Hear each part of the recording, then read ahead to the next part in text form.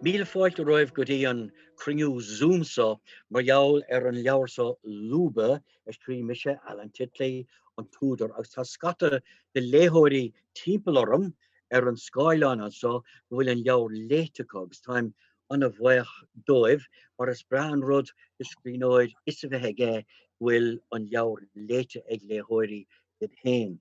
As bhhailm go dtíireach go néireach gachéon duine na léthóirí seo iad féin anna happig, anna chasta, anna bheoga fad agus an son be míid súil le plé ar an leabhar, paint ar an leabhar agus go áras tá lán cheada go éon cheise chu orm nó túr fúm nó mé a bhaslú rud nach néadís ach mar sin héin be míid a súil le plé a dhéanamhar bheith le feiscint ar iireachtas na Gaeilge gan áras mar bhaine seo go léir le cuasaí léamh na Gaeilge agus litríocht na Gaeilge. Tá bhí sin póran ar bhaileat rud éigean rá anna chunta ar dheallart féin onas go mé gus a going céitú féin. Hi, is Misha Toran. Is as moin cullen mé a mé a rang sé is sculling náid. Tá sé sin anna bhah gur míl agad agus ruáin ar hebh má láimh deisiar na Scoileáin a go héin céitú féin. Misha ruáin a Cristobal an gar rua tá mé rang sé scoilmh dara ar a gar rua. Sin go maith ar fad agus bhailí céitú féin. Is Misha Molly de Clare má galgadí scoil hAlan ciile an tola má dóide ag bliondís agus má rang sé. Gur míl agad agus a haimh céitú féin agus catá dhéanamh agat. Ná bacha sin just céitú féin. Is Misha saibh na cluin mar bála níananig tim go scoil chun chuoin tá 9 mbliana d'aois is tá mar rang a cethir. Sin anna bhah gur míl agad a haimh agus a chomhail. Is Misha Cormac numra in mu agus scoilmh dara a gar rua tá má 10 mbliana d'aois agus tá má rang cúig. Gur míl agad héin agus óin. Is me se ón ó Larcan tá má 15 bliain d'aois agus bí mé freastal ar poblascáil dúr.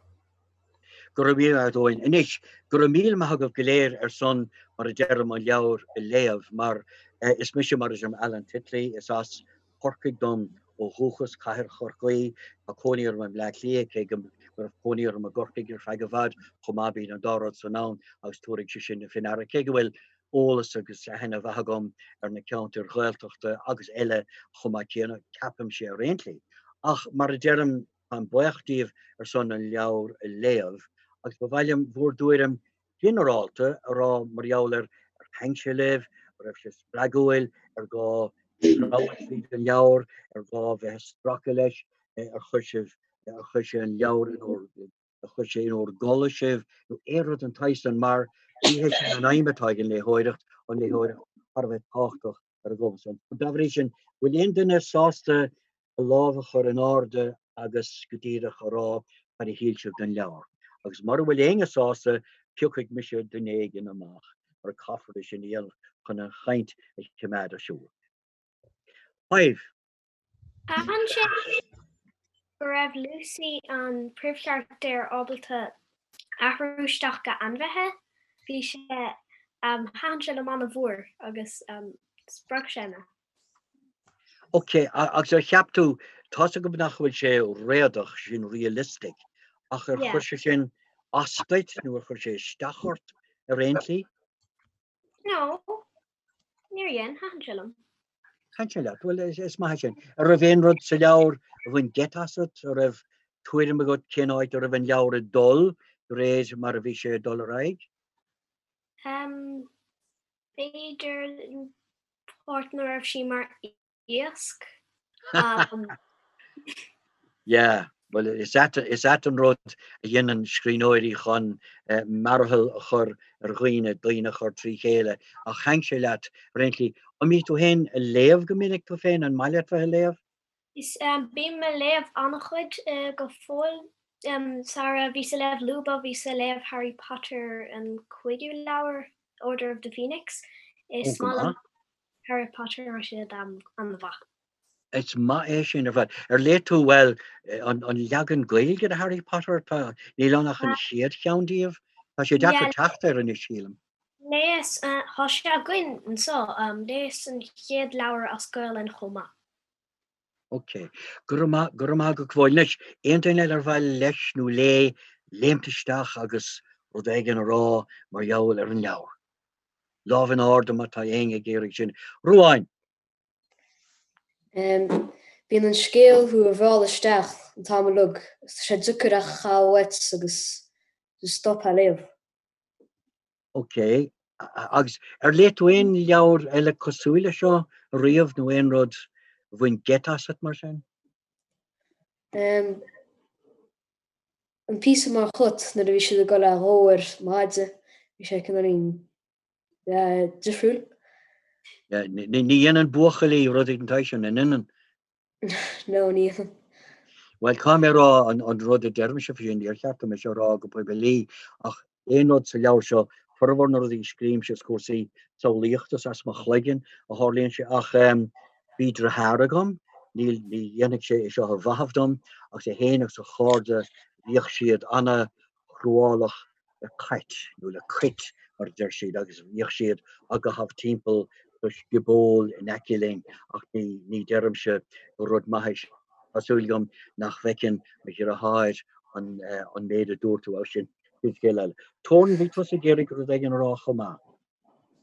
Ceap mé go rá an leabhar sin an bhí sé an granmhar agus ceap mé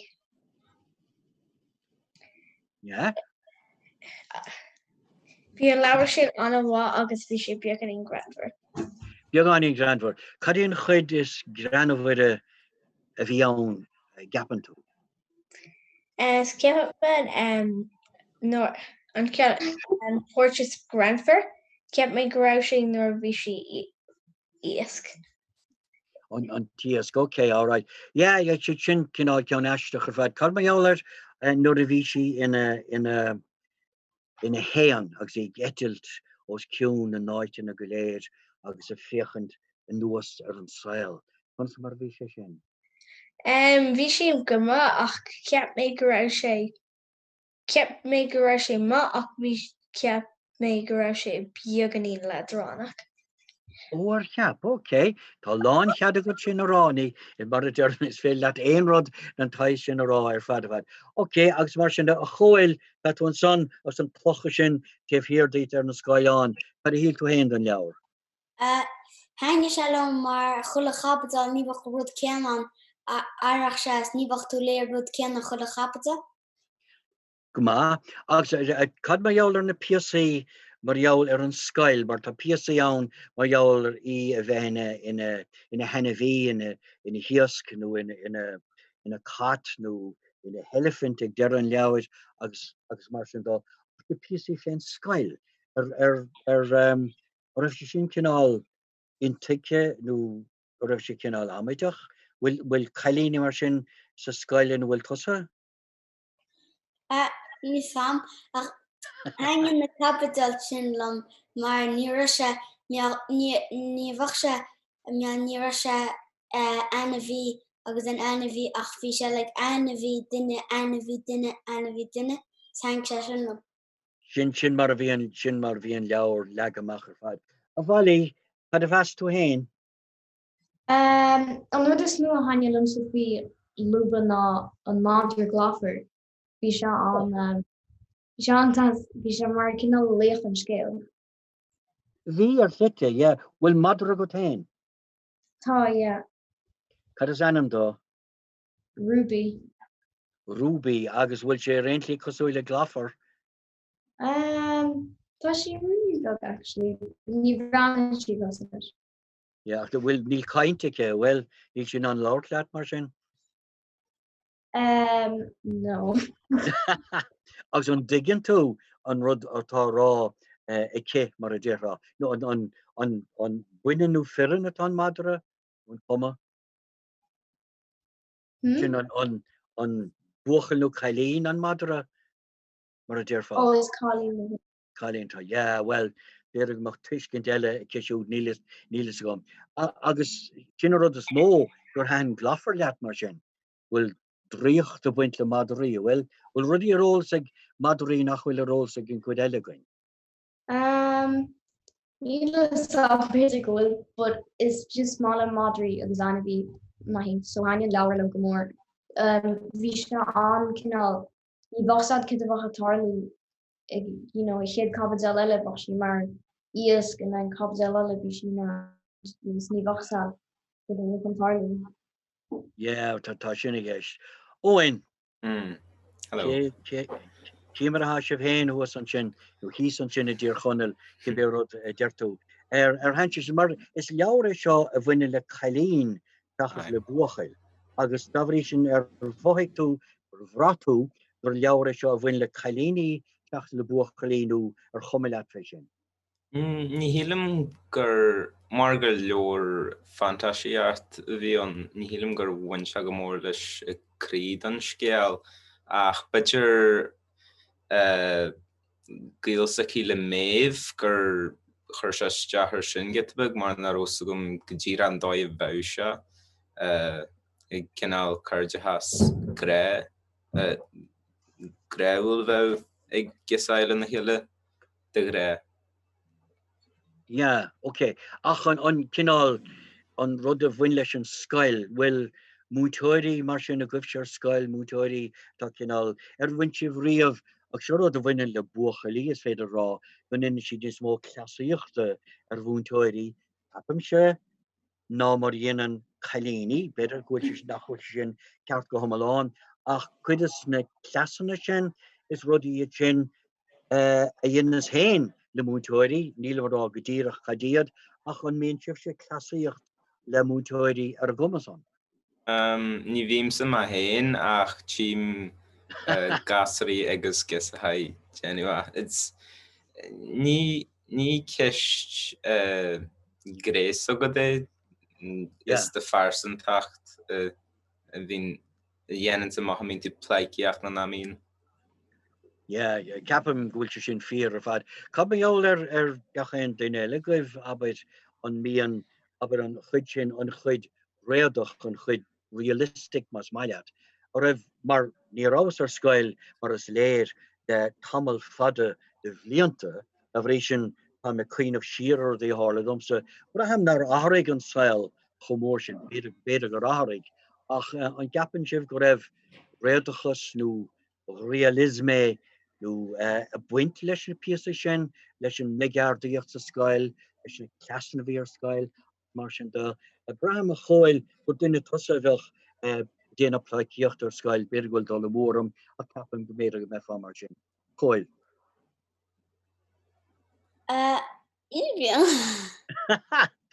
Well, níl annach gur híl mé sin. Nó Saibh Braham Saibh a dúiseocht an son rá go míon agus níl mórrán tá sé géir go deas ciúin a go míon bligeardaíocht arsúil a scoil chuún chaoin mar is ceart? Bíon.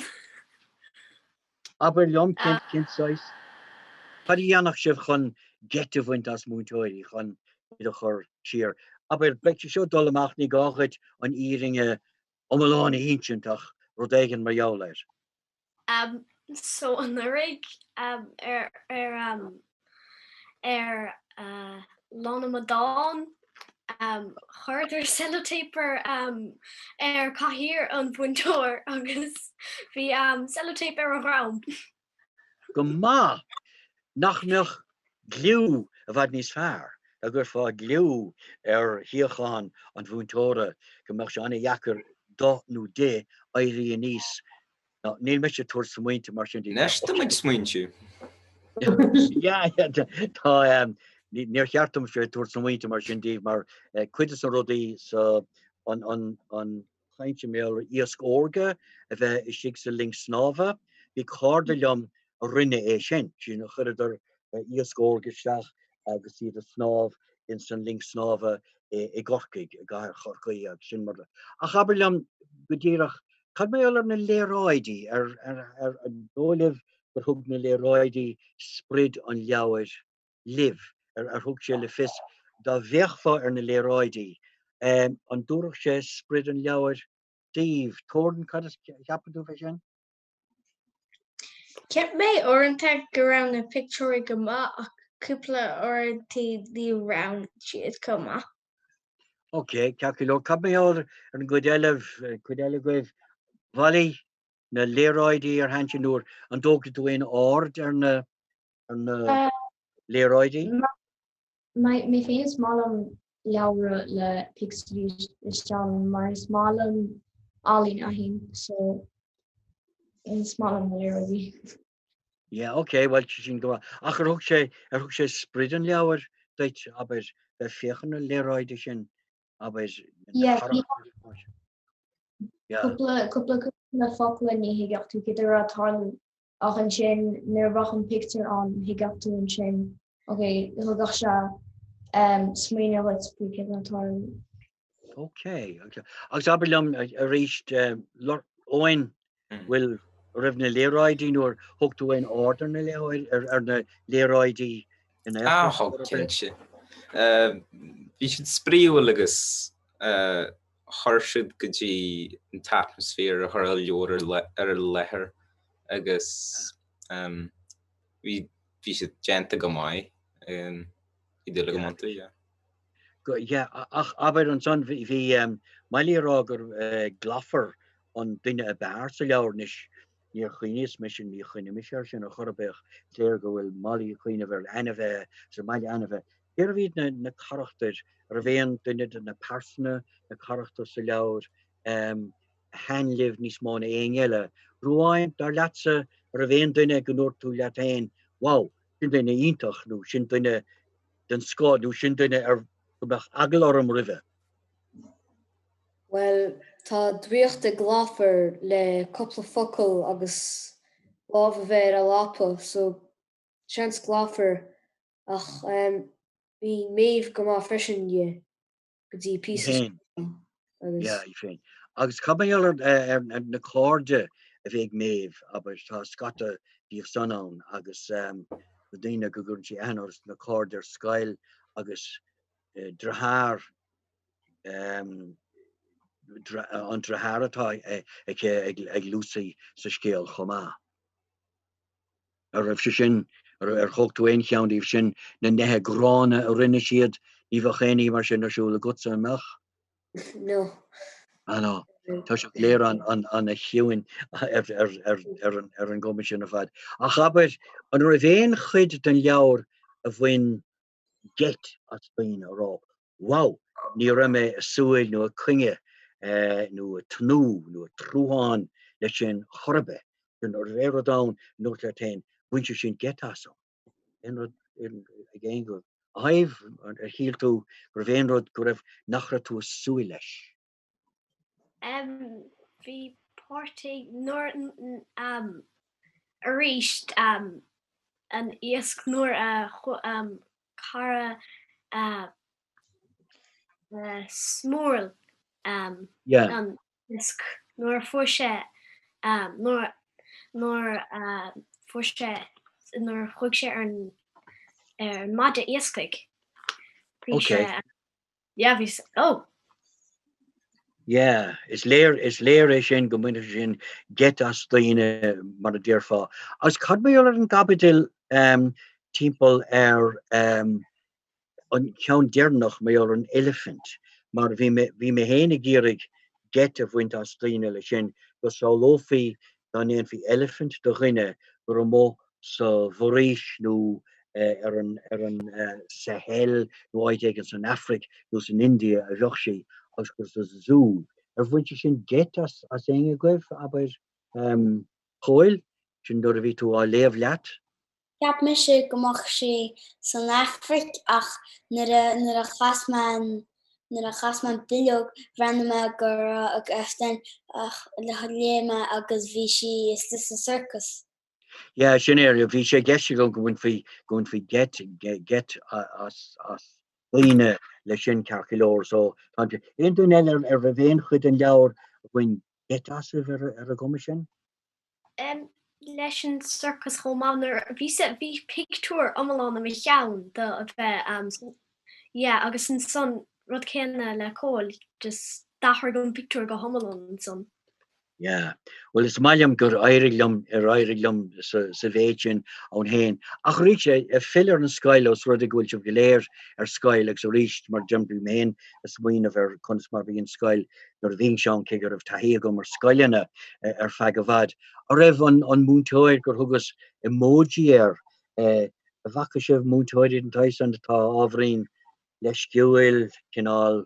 As a meawer gur comilo fi doin de rine ni go ein doin anem new sin ra will mutori kinal nachatientu mutori barúlacha a gover skyile lechen enge gover tasáste dole shachse tans ragra go vekech an mutoir on skyile an shop on pector shop vali tatusa a gairian son Braham gemedu will rodegen if volach agot an chena well Peter. Yeah. Queen will mutori gachain chud cho heag suil le páistí. Sin of the town agus abertáisi go dír agus bhí mutori a gcónaí óg iad hain so an tá sé sin a gceist chuma le héad an taisan. Aber ceist de bhain eile aber an léach sibh geabhar eile an tais seo dá scríofaí é. An nuúil se rá sin deire a gomsa leis na hórcéalt atá scríte ag an údar seo níl chun éon rud eile dá chuid a léamh go dúiríd nó an léach sibh rud éigen artá rud eile scríte níl mar rá go gnómh go cheartú de cinach a chunéir sibh nó tá go leoragam tá mé bréan taingtar seach dúdóite fiú bhain gan 6 scéalaí so an léach sibh leabhar eile is scríonse sa chásas go scríonse chun eile I going cosúile sin. Rúáin? Léing ach barlam a bheith níos realistic faoi mar pásam nach hálach sin le fiúdach. Well sin go má sin chud an scéal ce ghfuil daine gur mailo Harry Potter nach bhfuil realistic a chorbe ach sin mar a bhíon agus mar sin Tóran na léfáú de behelle cosúile seo sa chásas go gring se rud an taisan. Ní le mé ein rud mar se tá se an céad leabhar léimhí mar se agus tá sé an bhá. Well, beidir gur rud úntacha sin go gnéireach sibh sin. Bhí an pléisisin an bhás ha mí de tachan derig dáhrí sin bhhailm ceiste chur ormh a bhfuil éon rud ná dhéanaar éon tagartún bhfuil éon rud fé le bhaile duine ceiste chur nó a rá mar jouler an leabhar ná phléamuid ná dúra mar faic mar jouler go dtí seo man braham go bhfuil gaint mar seo bín rudí go léir a gcónaí nachfuil ráite. Tá bhí sin éon duine bhaile leis éon rud fé lethe rá nachfuil ráite. Tóran. Yeah, mé go raibh glafar agus de focail dríochta anna coil. Guna má agat, bhí sé sonte fiúil sin go má. Chóil? Ciáánnig tú sús leis an anim Lúba. Ceist, wow. Ceist an bhá ní bhí nisú mar hálíonn sé ní raibh é an tidle go mar an leabhar rud atá éisteacht nuair a bhí se scrío gom. Ach be rud a hála ná go nóirt mé am héin bhfuil seo leabhar ina bhfuil áirithe á néanamh bhfuil seo tarlú agus a bhí sin ar Lúba gur rudí a gaharú agus a casa timppel mar a bheith Lúba is slára agus bin ar deire hastig enim réúnta gunt uim chumá cean agus ar nóin Lúba focail gunta cosúla Lucy I féin a bhí sin is cinál bhí geisiom ach le fíringe dhéach go leor enim nach chaile bhar chumá ceanna ní bhíon inathe seo sa léir a gcónaí a bin fágáil dhéana sé. É sé stelle. Rúáin. Cecha í a tháinig tú sús leis an scéal nó cid a chun na smínta seachan chuigean? Well, gur mágad as an gceist sin. Go minic ní bhíon tuairim dá léirgum chun hanig me suas leis an scéal. Ach bhí me cinál cuiineh ar chúpla rud, cuiineh an clé go mín daoine ag Gerán, ag Knáibh Seáil, fuairt amach mar jaall ar an foiil go láin cheadag daoine sin íanamh. A go minic ceapan daoine chud a gás gur mise duine eile. Féchar an duine sin hawl, féchar an duine sin aber sa chéad tacheile nó ar scail. Agus bí an saoil níos fearr cosisiúd ná mar atá gumsa. Agus dabhrí sin bé rud an cheiste chun mar romé le dá mar rud é gur duine tá gur hasasta goit a bheith ina ghine eile. An réitóch sé sin feibanna nó na ceisian haig go duine.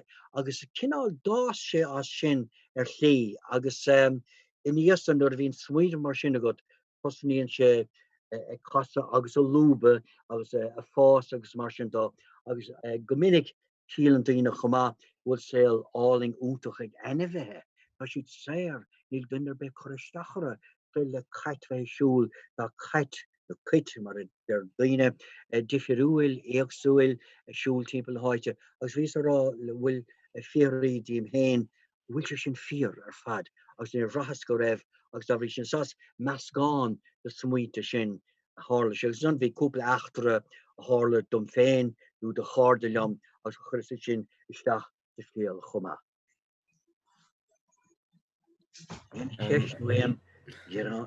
Óin. Well sugad ridomlan le na Gardaí nar a hagan Lucyráis ní bhína dhéasc. Dé hílann tú ar chur níor hiic me héna go farsanta dé chur a ridomlan sin le úrscéal ígáil na phríosún fanne tomopag. Ja, is sun gur bé a rud a bhí ann ná gur duine Lucy atá cinál mí háist agus ar immel na slí agus nuair a chuirtar nuair a ghabhain na Gardaí tuisghfuil ó d éigen déantar scoilecha. Go bhfeiceann si go bhfuil duine éigen eile in san phríosún nó in marach na Gardaí bhfuil an saoil a bhaid níos measaice. Sin cailín aber in bhfuil léráid an cailín cinál garbh seo cailín go raibh cónaíar na sráideanna.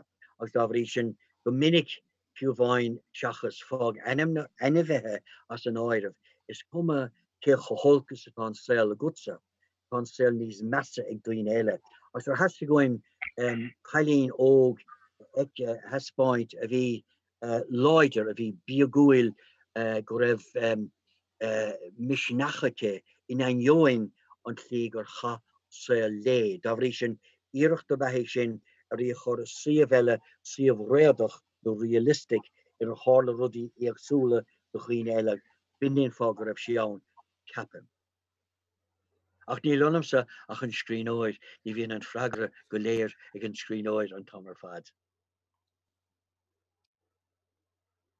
Bhfuil mí ceart mar sin mar a ríist bhhailm mo bhuachas a go bhhailh ar fad a léig an leabhar go cuaramach sa chur ceistena brethe spragúla géara orm agus mar dearm tá súile gom ásan gur bhain sibh teanga bhas nó teanga bhégan as agus go méidir go leanne sibh or a bheith léamh mar chuidig ar seo sí an léamh níor bhailm bheith chuirt sena móra sí an léamh ochir an féil mar caihan tusa.